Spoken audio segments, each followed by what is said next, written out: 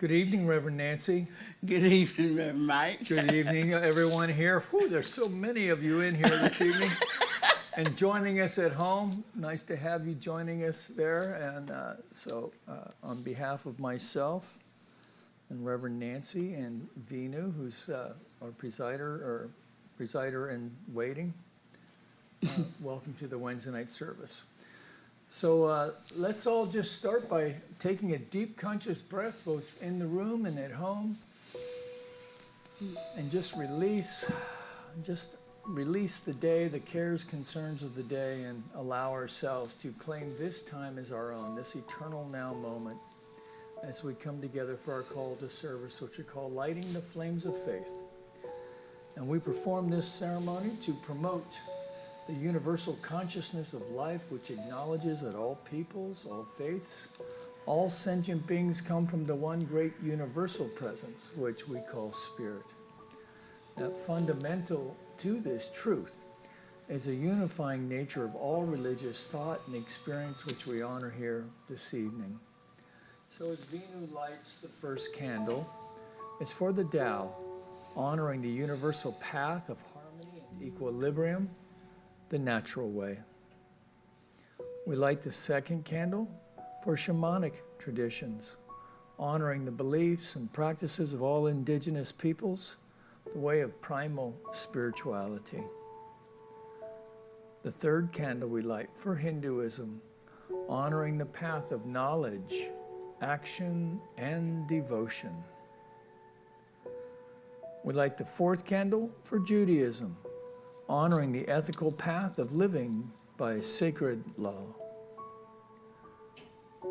We light the fifth candle for all forms of Buddhism, honoring the Four Noble Truths and the path of compassion.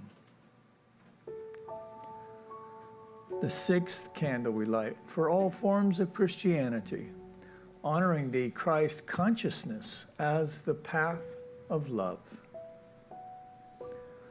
We light the seventh candle for all forms of Islam, honoring the path of submission to the will of God as the highest calling. We light the eighth candle for the universalistic religion of Baha'i, honoring the path of unity and peace. We light the ninth candle for all forms of New Thought, honoring the metaphysical path of mental healing through the practice of universal spiritual principles. And the 10th candle we light for all those who are as yet unaware of the power and presence of spirit in their lives, for this space we hold for them here at our center, within our online community, and of course within our own hearts. And as Vinu lights the healing candle, keeping in mind Dr. Maureen, maybe Vinu, please put silently into the light the names of anyone you wish to have experienced the healing flame of God's eternal love. I'm thankful, so grateful. I'm one with the Spirit all around me. I'm thankful, so grateful. I trust in God. I surrender. I surrender. I'm one with the Spirit all around me. I surrender, I surrender, I trust in God.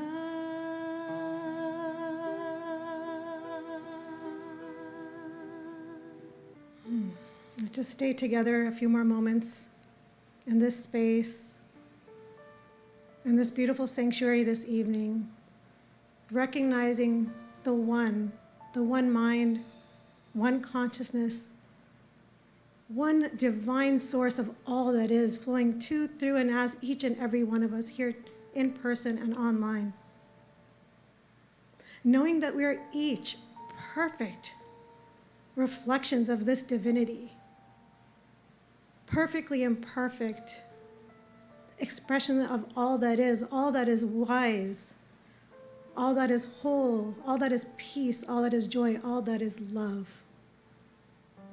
I know that tonight unfolds perfectly, that everyone who is meant to be here is here. Those who listen later, it will come at the right and perfect time. Knowing that today's discussion expands our hearts and mind, and we leave here uplifted and expanded. I am so grateful for this community, for this space to gather, to commune, to connect heart to heart. It is with this full and grateful heart I release my word to the law, knowing it is all done, knowing it is all love. And together we affirm by saying, and so it is. Now I'll hand it off to our Rev. Well, thank you, Vinu. Thank you. So maybe we should get the announcement thing out of the way. Oh. Yeah. I'll do a few announcements. Okay, good. Kindly reminder, help us keep our sanctuary clean. No food or drinks here. You can always have them next door in Sparks Hall. Also, let's see, save the date, Saturday 9th at 11 a.m. We are honoring a celebration of life for our dear friend and longtime church member, Marty Laff. Short and sweet today. Okay. So then I have a couple of announcements. So next week is the drum circle. So if you're watching at home, put it down on your calendar because you might want to make it in for that. That's with our pal Burl Bowlerjack, who's also connected with the Spiritual Unity Movement. He does a lot of these drum circles. He brings drums, but if you have your favorite frying pan at home, you can bring that too if you want. Also for those of you watching now, and also for those watching maybe on Facebook later, Marty's celebration of life on August 9th. The family is providing lunch afterwards, so we'd really like to get a count. So if you're making it into the center, there's a sign-up sheet in Sparks Hall. But if you could call into the office tomorrow, Thursday, or sometime next week, Danny will take your name and we'll make sure you're accounted for. Okay. And that's it, Rev. All right. So welcome back to our discussion group on Wednesday night. We're going to continue our discussion from the articles and Living the Science of Mind by Ernest Holmes. I missed the last couple, but I'm glad to be back. Since you're new, we usually just read it, pass it around, read a paragraph until we all finish using the mic, and then we just discuss it. So it's kind of short tonight. And if you're nervous about reading, you don't have to read. You do not have to read if you don't want to. Binu, you want to start? Sure. She thought she was just going to sneak in here tonight. But we'll try. Here, you need my cheaters? Yeah. So much for sneaking in tonight.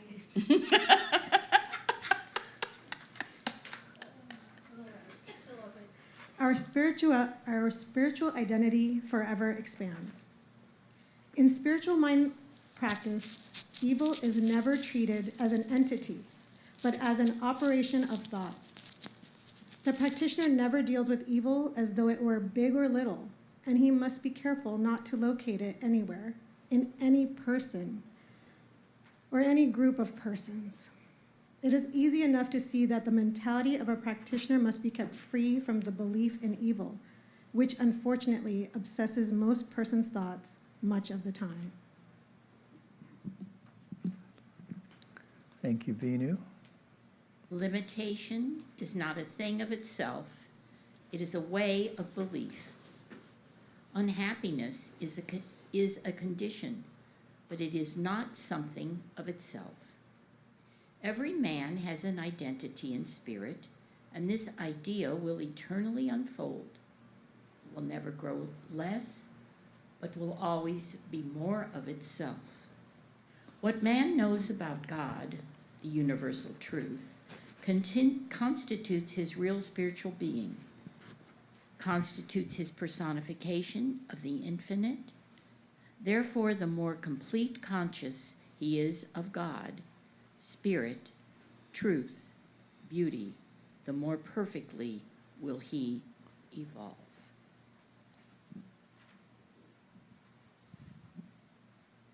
Since the truth is infinite, there is room for eternal expansion, so that man passes from glory to glory, from one plane to another, or as Jesus put it, in my Father's house are many mansions.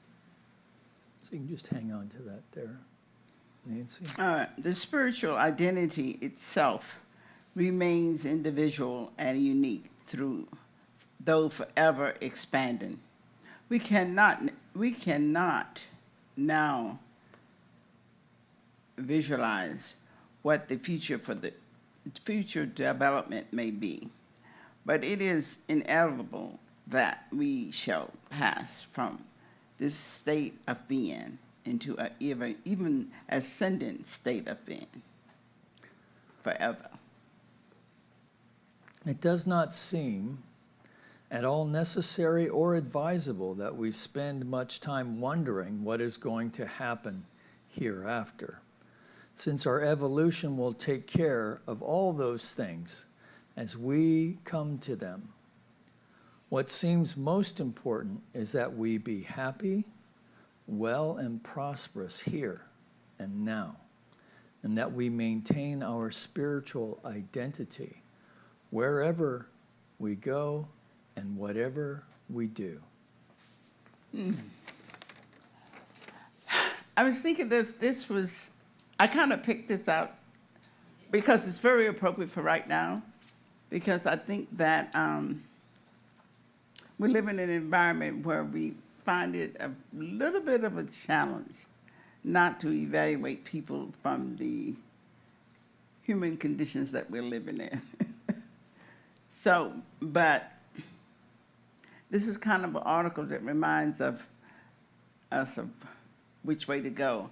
And the thing that struck me the most was that in that first paragraph when it says, the practitioner never deals with evil as though it were a big or little, and he must careful not to locate it anywhere. And In any person. in any person or any group of persons. And I mean, with today's situation and how things are going on, I have to tell you, it's a little bit of a challenge to me to stay in this frame of thinking and not go into judgment. And it's one of the reasons why I stay away from the news. One of the reasons why I find myself conscious of the conversation I have with people, so that I can stay in that idea of seeing each person from a spiritual perspective. So I mean, of all the things, identifying everybody as a spiritual being is the work that we all are here for, not only ourselves. And that's where I find that I have to go back to look at myself and think of myself, okay, am I seeing myself as a spiritual being? So, how did this article, as you read it, strike the rest of you? I had a reaction to that first paragraph too, actually. I can understand seeing everybody as a spiritual being, but I think you could differentiate, or maybe not, but I think you could differentiate between the real spiritual self and behavior that is like, you know, below that, and call it out. Otherwise, I mean, you know, change has never happened in history without calling certain things out and without, you know, taking stands. So I guess the question is, how do you do that and still stand in that center, you know, that, because it's been done, obviously. You know, we have great reformers in history that I think were deeply spiritual people, like Martin Luther King and others. And, you know, they didn't just be neutral. They called things out, so. I totally, oh, I can see that too. Anyone else?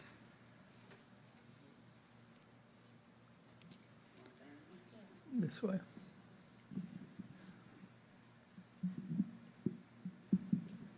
Yeah, this is a really hard one right now. But I've been trying to play this game lately where we're all just these blobs of light, you know, in a classroom, and up on the stage there's a box of costumes of all these people in the news. You know, there's Stephen Colbert in the costume, and there's Trump costume, and there's a Putin costume, and there's a Mother Teresa costume. And they're just randomly getting handed out to all these beings of light. And this image helps me remember, as you were saying, there's layers, where there's layers of us, right? And I don't know, so it's hard for me to put into words, but this almost like, it's not personal. Everything that feels so personal is not really personal, but I only get glimpses of that. It doesn't last very long, but it helps me to see that we're all here to play some role in the expansion of our consciousness. And not just our individual consciousness, but the collective consciousness. Because without duality, there's no contrast. Without contrast, there's no expansion.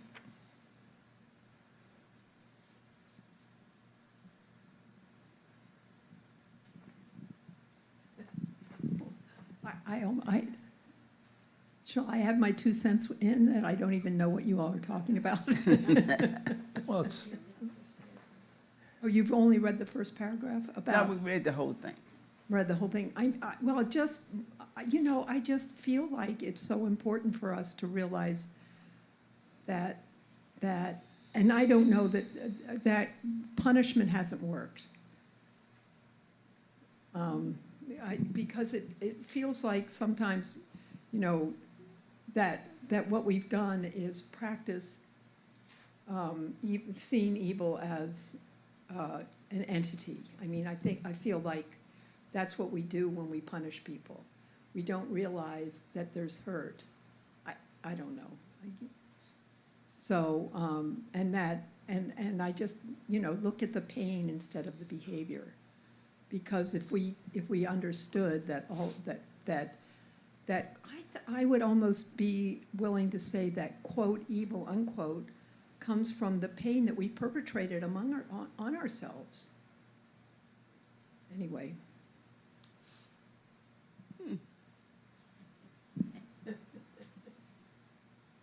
Anyway, I don't spend very much time thinking about evil because I just stay in my lane. And staying in my lane means that I concentrate on the things that bring me happiness, joy, completion. I like to be with people that are enjoying their life and expressing happiness. I don't have what I would constitute many surrounding elements of dissatisfied, disgruntled people. So I'm not living around the complainer and the person who's unsatisfied and wants to change the world. I think the people I'm around just want to smile and get their 8 hours of sleep at night undisturbed. I know that this deal about we sit in our head and think we can solve a problem and we have a solution. But I think that's out of my league completely. I don't see me as having solution. I have enough to worry about driving my own bus. But that brings me fulfillment if I feel every day I contribute to a little more tidying up my messes, keeping my yard cared for, keeping my car tuned up so I don't have an accident. It's little things for me. I don't want to be standing on the curb having a shout out about who pulled out in front of who and whose brakes failed. And I just want to drive and get things and get home and park and not address suffering. So I have a lot of problems because I have the denial gene. I know stuff's going on, but I don't turn it on and I don't let it filter into my space to give me nightmares. I'm going to pass the mic on nightmares.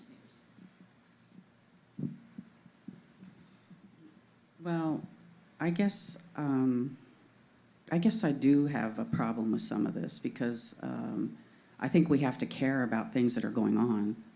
You know, I think, you know, when I hear people say, oh, I just want to shut that out and have my own little world of, you know, perfection and happiness and all that, I don't think that's really what we're called to do in CSL or along in any other spiritual path. I think at some point there is a service to the community and the larger whole. Part of that is caring about what's going on. It doesn't mean going crazy over it or overreacting, which I know that I do sometimes. But it does mean we need to care, you know, about what's happening and not just shut it out. To me, that doesn't make sense at all. So. Well, you know, I don't know that Holmes' town is to shut anything out, right? Because you mentioned it in your first remarks, Regina, right? So what do we do with it, right? Stuff is happening. Stuff is going on. Maybe so that nobody's answering that, I guess. How it gets there, right? So, yeah, is it somebody traumatized who, you know, is sticking up a liquor store? Maybe, okay, but they still need to be removed, right? They still need to be somewhere. Yes, they do. Away from the general population until, you know, their consciousness can get tuned up and see that there are. Get the love from other people. Yes, but to do it from, I think what you were saying, from a place of compassion. Right. Rather than you need to pay, right? So, in other words, you know, as Jesus said, no, it's no longer eye for an eye, right? But rather to forgive. And, you know, it doesn't mean that, and our point of power is ourselves, right? So the thing is that if we believe that our consciousness can not only change our own life, but can affect change in the world at large, then what I'm hearing here, when he says things like limitation is not a thing itself, it's a way of belief. Unhappiness is a condition, but it's not something in and of itself. Well, how does that change around the way that we're thinking about it? So, to me, this is like the old, trust God, tie up your camel, right? So because when enough of us, you know, the Maharishi, remember that show Mike Douglas? Yeah. Mm-hmm. Right? I mean, that's how young I was. I was maybe 10 watching that TV show, and the Maharishi was on there, the guy who turned the Beatles on to meditation. And he said that when enough of the world population tips just over that 50% mark, right? And we start getting to 51, 52, 55, 60%, then the consciousness of the planet will change, and there'll be a noticeable shift in the way the world outpictures. And I think that's right. So, you know, how do we step back and to be the observer without getting caught up in it. Well, really, how do we do that? You know, Yeah, I think that's the because you biggest bite the question. hook, right? Yeah. And then I bite the hook, and then shoo, off I go. Before I know it, there's 300 feet of line out, and then Well, bring it back in. I would add to that, yeah, how do you be the observer, but also how do you take action based on being the observer? There's a thing called right action that the Buddha talks about. That's He doesn't right. say no action, he says right action. That's right. I think that that's the point in his second paragraph, where he's describing that the limitations that we are experiencing as far as the answers and anything else, it is about, to me, it's about learning to understand the truth about myself. And when I see and start judging in the world, I turn back and I look at my own consciousness and see what is being reflected to me. And the more that I can embody the intellectual understanding of these truths, more that I can embody them, the more that I feel like the world would be affected. And Yeah. no, shall I take this necklace off so you can do it? There you go. Okay. Can you hear me now? I really appreciate what he's saying in this second paragraph, because the real journey to me is me shifting my consciousness. And then the more I shift my consciousness, the more, as you say, that I'm surrounded by people with that type of consciousness. And so the stronger I get, it seems like the more people I'm running into that has that same type of thinking. I think that today I am seeing all kinds of little groups starting up that are thinking in this same way, that it is in our hearts, the idea of compassion, the idea of loving. I mean, I hear it from all different places now. And so it's embracing that idea. I mean, sometimes I feel like I'm totally believing it, and then I find myself doing a little judgment stuff. But it's really interesting, because it seems like when I do that judgment and I turn around and take a look, I can see a pattern of thinking that may reflect that same thing that I'm judging. So I'm really beginning to feel that it is my consciousness that is where my work needs to be done. And that doesn't take me out of the place of helping or lifting people up. As a matter of fact, lifting people up or doing things really helps me reinforce my own consciousness in that direction. Which is part of the right action part, right? So if each person takes the right action of, you get into a fender bender and you don't completely lose it, right? Or, you just find ways to be not only just courteous and kind with each other, but even offering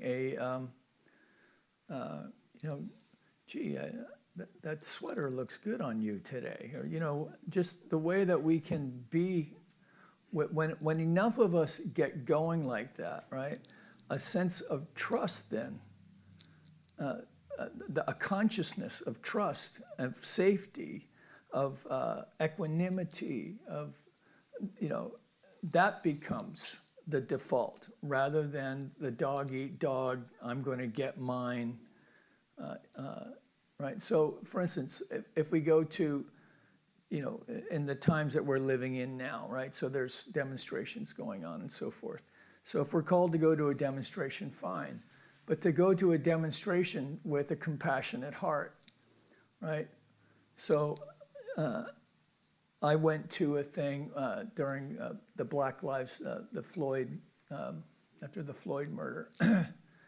And I was with people a lot younger than me. And they started doing the, Black Lives Matter and the slogans and all that. And then they started with, F the police. Well, I'm not down with that. I'm sorry. I'm not down with F anybody.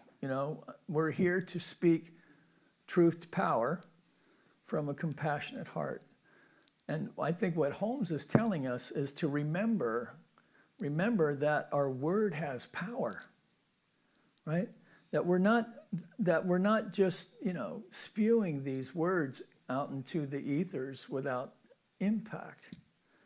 And that if we're going to experience either joy or suffering, it's going to be within our own consciousness. So in these times, how to see and observe what's going on and then not allow it to affect our own faith life, which is a challenge, right? But, during the Biden administration, there were Trump supporters who were watching what he was doing, and they were getting all knotted up, right? In the same kind of way, for different reasons. But, this is the human condition, right? We're all here just, growing up all over each other, trying to figure out how to do this thing with some sense of dignity. The science, for me, the science of mind philosophy makes the most sense. But it really doesn't hold up unless we come at this thing from a place of deep compassion for ourselves and others. It's not enough just, like, as you say, right? To Yeah. just, well, my world is good, right? That's not enough. Now, It's not.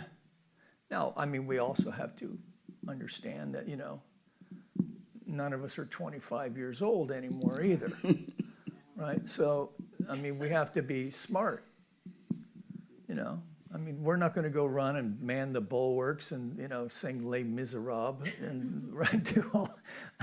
I mean, we might, hopefully I it wanted won't to come back to up that. on something you said that I thought was good. You said the things out there reflect, back parts of ourselves. Maybe maybe not quoting you exactly, but something along that line. And then I started thinking, well, the current situation, for instance, right in the country, that if we see some of what you might call the bad actors, what they are reflecting back parts of, you can say that with a nation like you could with a person, the national soul, kind of, what's being reflected back to us, by our politicians and by some of these people, and deal with that internally. Right, and because then and then help change be it. out And- there unless Yeah. it was Exactly. also in here. There- That's right. It's like, whether it's the president, let's say, reflecting back really to the country, that shadow self, those parts, of us that are. Does anybody else? Margot, go ahead. You must know, since you're in the middle there. Okay, hold on, I need glasses. We're gonna talk about the shadow self.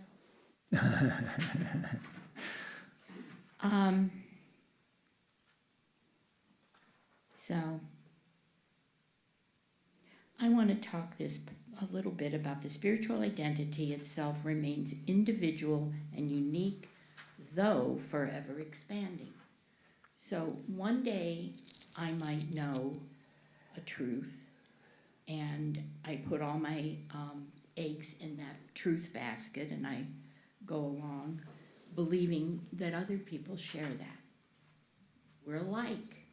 We both carry these eggs in our basket, and they're identical eggs. They have the same value. We all treat them with the same love and kindness. But then when I identify someone not caring for their eggs,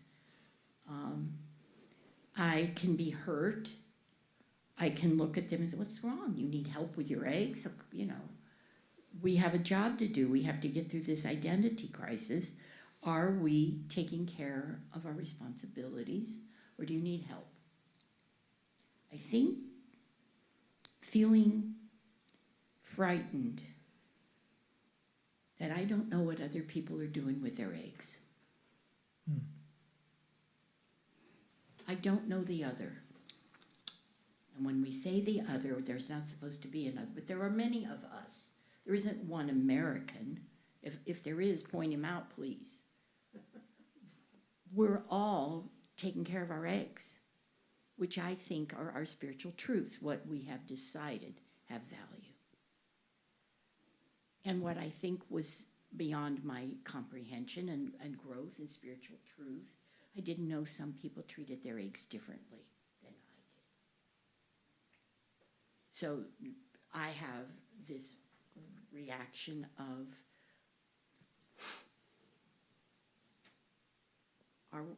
are we the same? Are we different? Mm-hmm. We're one entity manifesting through individual personalities. But then I guess it's tradition, culture. How were you raised? Who told you what to do with your eggs? Well, and, are we okay with someone doing their eggs however they want to do it, Exactly. right? Even if it means breaking Even their if it gets me eggs. all knotted up, I know. right? So whose responsibility is it, right? That comes back to me again, right? The idea of looking at others and how they're treating their eggs, I think I came along in that age, and it's still there to some extent. But I find that as I read and listen and hear more about this spiritual path and spiritual understanding of the oneness of life, I find myself doing more of self-inspection and more of trying to get more in touch with that which guides me in a way in which I can see the other person's wholeness. And the thing that seems to do it most is me finding that wholeness within myself, that spirit. And it is, today it's more real to me that I am one with spirit than ever before. But I also know that it's like this is just the tip of the iceberg in that awareness. What I know now, I feel like there is enough to know that I'm only experiencing the tip of the iceberg, because the truths that these teachers that you said that have gone before us, that everything out here that we are experiencing is a reflection of our own consciousness. It's trying to work with that idea and that understanding that I have to look at my thinking even more than before. And the more I look at my thinking, the more I can see that what I'm experiencing for people is a reflection of my own awareness. And when you were talking about eggs in the basket, I can remember when it really made a difference how another person was treating those eggs in that basket. And it made a real big difference. Only that until I start looking at how am I treating them my own eggs, and I realized this is a full-time job, trying to figure out how to treat my own eggs and work with them. It's a full-time job. And the more I understand it, the more I'm experiencing people in my life, and what I get to share with them is a chance, if I can lift, they help me see my own eggs better. I treat them better. So it's almost like a pattern of growth. And what he's saying, what I'm understanding in this article to say is, this is a continuous growth process. So the biggest thing that I've gotten is that I don't have to keep knocking Nancy for not knowing what to do or how to get to it. I just keep working at it. Well, and we're not going to arrive anywhere. No, no. And I don't think that I have to. I don't feel like I have to anymore. I want to be sure we remember that the eggs represent the truths that we value and we think are worth what we say fighting for, standing up for. Right. It's our truth. And we pick them off the apple tree or the egg basket. It's how many can you hold in your basket and which ones can you die for? I mean, there is this truths. And You know what? And I like that idea of looking at them as truth. How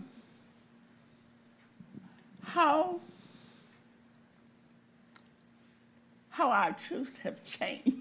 My truths have changed. I'm not kidding. They keep changing and keep expanding and growing. And what I was pushing and thinking 20 years ago, I have a different view of it today. So it's evolving. Hopefully, it's evolving for all of us. You know, that we just keep, you know, and the meditation practice that I do, it encourages us, you know, some of the key words are concentration, clarity, and equanimity. And when we really can be clear about what we're feeling and what we're seeing, which takes concentration, and we're able to stay with equanimity, with, you know, a serene heart, that, for me, helps me be more clear about what is my next step, you know, or what is my next thought, it helps me not be so reactive but more responsive anyway, and have more compassion. Just thought I'd throw that out there. And I really do think that the way we, what we bring to any place we are, you know, even at the grocery store, that when we bring that sense of peace and serenity within us, that has an effect on the people around us.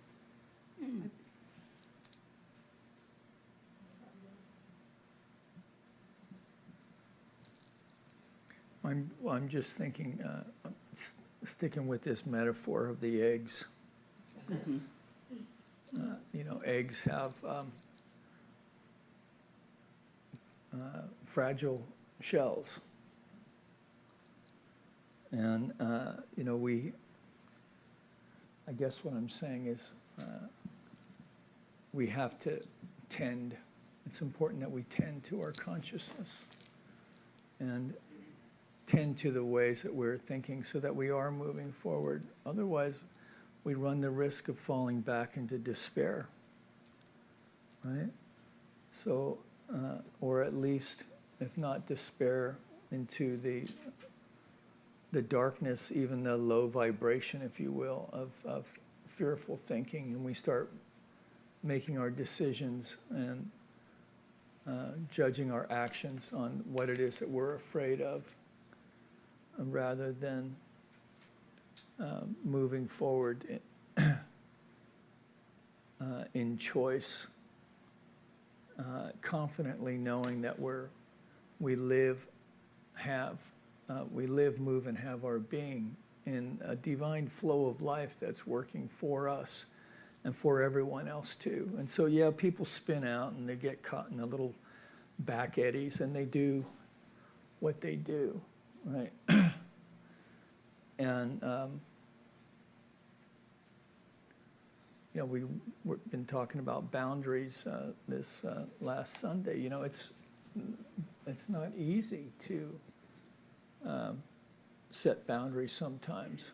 You know, some people need They need to go over there and work their stuff out, right? And, how to do that with compassion and clarity. What was it?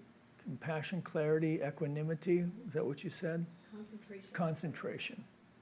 Yeah.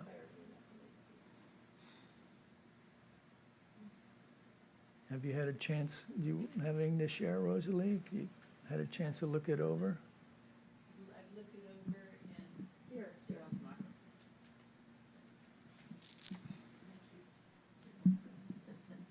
I've looked it over, and of course, it's the truth that we all come down to living and learning and how to really have that spiritual truth be our guides and choose our direction, because we live and move in a truth that is a sense in ourselves. And so rather than having a circumstance from the outside, we look for the truth that's living in each one of us. And that our spiritual growth and development is becoming conscious of that truth and developing it more, or developing the consciousness that it takes to make that choice. And that's what it keeps coming back to. And so I appreciate everybody's shares and how the truth is setting us all free. Well, and, today, is a good day, right? So what do we do for the bad days, right? When our health is not optimal, or we just lost a job, or we're dealing with grief, or, our favorite friend is moving away, or we have more month than money, right? Well, we still have to do the deal. And so our spiritual practice, our approach to it, using spiritual mind treatment, of course, is, a powerful tool to help us to shift the tendency of our thinking around any particular thing into ways that are more fruitful and helpful. And so what it boils down to is that when you have a challenge, then you have to take the challenge on and learn more so that you can deal with the challenge. And so the challenge is actually a gift, and I'm quite conscious of that gift. Yeah, Experienced it many times. yeah. And then the egg hatches, and there's a beautiful little chick that emerges. And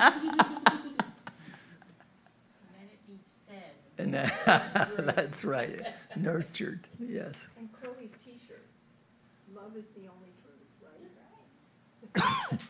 And speaking of eggs, when I see a coworker, sometimes I Trader Joe's, because I work at Trader Joe's, and I can just imagine that somebody brought the eggs in, and I'm like, hey, can I return it in?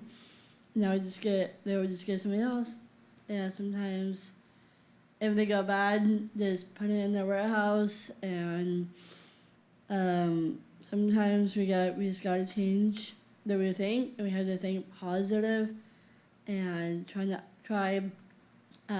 not to look for the worst feeling, just look as the best feeling that we could get from it. And the best feeling I could do is to let go and let God. And sometimes it's not easy when things get complicated. Like I always appreciate that I came here tonight so I could hear the answer was again. So it feels good, and I think positive, and I think about my friends. But I try not to think about my friends as often. Just gotta just let it by, and yeah, just not have anything else to say for that. Right, thanks, Chloe.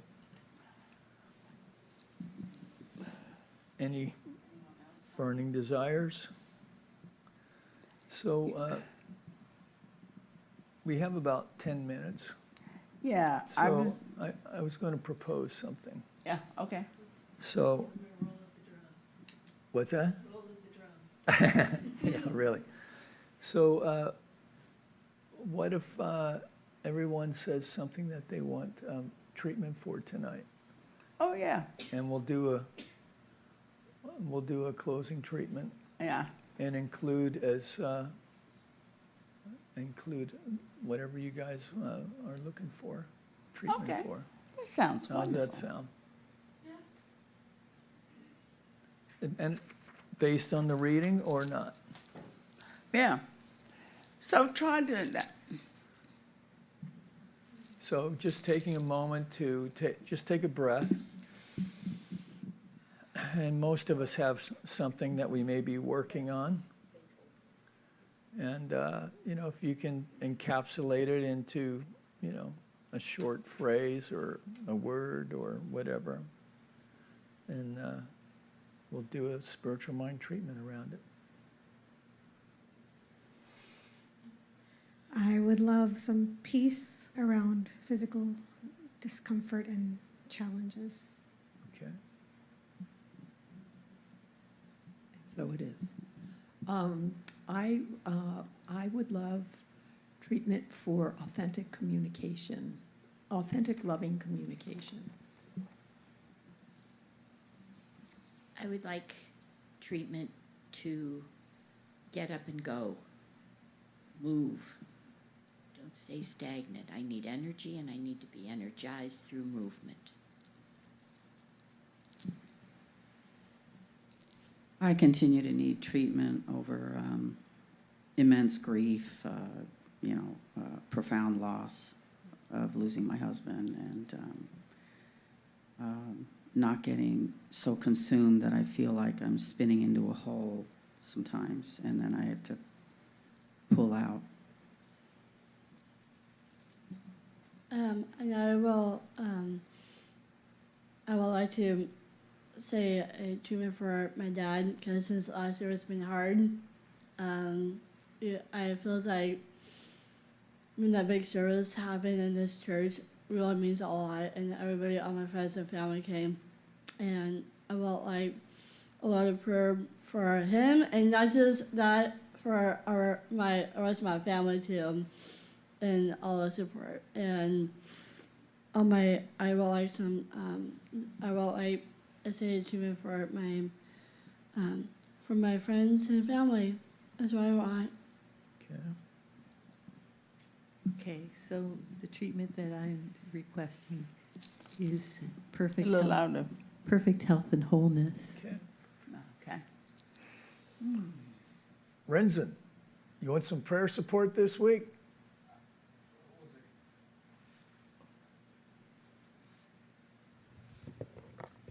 Just oh, never mind. No, I'm good. He's good. All right. All right. We'll just know the Dodgers keep moving forward. How's that? Okay. Let's hear your Huh? Yeah, I'm looking for strength and vitality. Continued strength and vitality.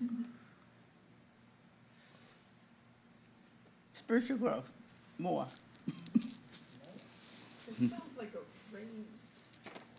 It does. A rain stick. Yeah.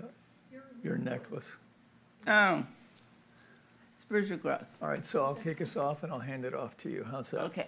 All right, so let's just take a deep breath and release, as we know that there is but one power, one presence, one source, one life, one living intelligence, one infinite heart of the Most High, both impressing and expressing in, through, and as this manifest life, in, through, and as the manifest life of each person in this room, in, through, and as the manifest life of those joining us online presently and those viewing later, that we are knowing that this infinite power and presence is available to us right now, that where we sit is not only the seat of power, the seat of the soul, but is where God lives. It's where love resides. And so we allow ourselves, each within our own heart, to consider how this is true for us. Maybe it is even how we want it to be true for us. And so if this is where you find yourself tonight, then I am knowing with you and for you that this infinite power and presence is available now as I pass the light to Reverend Nancy. It is truly in the recognition of knowing that this divine presence of life that we are recognizing tonight and experiencing and discussing is the light of love, joy, peace, and harmony. And in this recognition of all these wonderful qualities of being, we embrace the idea of who and what we are as we embrace being a consciousness that knows and understands that the wholeness of life, the perfection of life, is being revealed to us in this moment, in our physical being, in our emotional being, and in our mental awareness.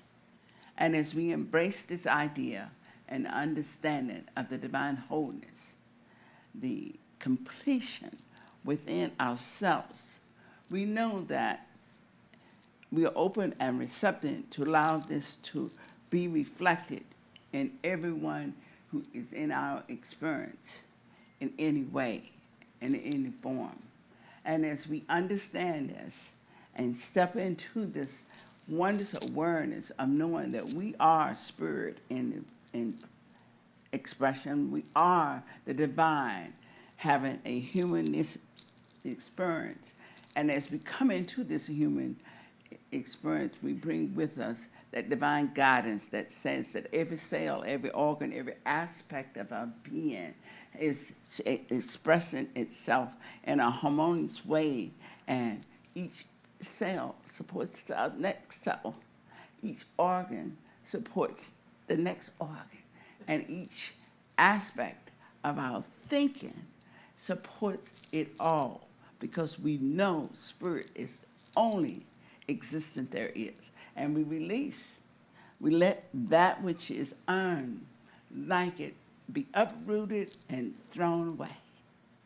As we let this truth sit within our hearts, we really can feel, know, and embrace the health and wholeness of life in every way. I am grateful to know that these truths are from the law of being, and therefore being fulfilled in completion in this moment. I am the wholeness of life is what we all are knowing right here, right now. And we let these physical forms reflect it in every way and in every expression, every thought, and every physical movement. And as we all joyfully feel the flexibility, the power and strength, and the wholeness of life itself. And we release it into the universal presence as we say together. And so it is. Thank you all for coming and joining. Thank you for wonderful contributions and discussion. Yeah. And